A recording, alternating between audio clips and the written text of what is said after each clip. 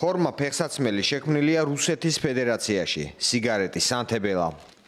უკრაინული მხარე აცხადებს, რომ ცხედრების ნაწილი, რომლებიც მათ მოსკოვმა გადასცა, რუს ჯარისკაცებს ეკუთვნით. უკრაინის შინაგან საქმეთა მინისტრის თქმით, მიმდინარე წელს სულ 20 რეპატრირებული ცხედარი დააიდენტიფიცირეს, რომლებიც რეალურად რუსი ჯარისკაცები არიან. ეს არის ცინიზმის მწვერვალი. საუბარი ამ წლის რეპატრირებულ ჯარისკაცზე. მათ რუსის სამხედროების სხეულის ნაწილები გადმოგვცეს.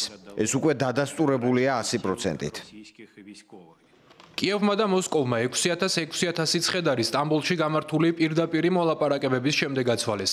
იგორ კლიმენკო ამბობს, რომ კიდევ 1000-ობით ცხედრის სამედიცინო ექსპერტიზას 1 წელი დასჭირდება, რის შემდეგაც დაადასტურებენ, არიან თუ არა რეპატრირებულ ჯარისკაცებს შორის სხვა რუსი სამხედროებიც.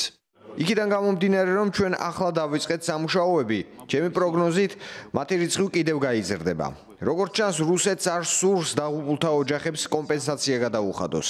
სწორედ ამიტომ ხვდებით ათობით ასეთ შემთხვევას. შესაბამისი ანალიზების შემდეგ ყველა ინფორმაციას გავასაჯაროვებთ, რომ მას გაეცნონ არა მხოლოდ ჩვენი, არამედ რუსეთის მოქალაქეებიც.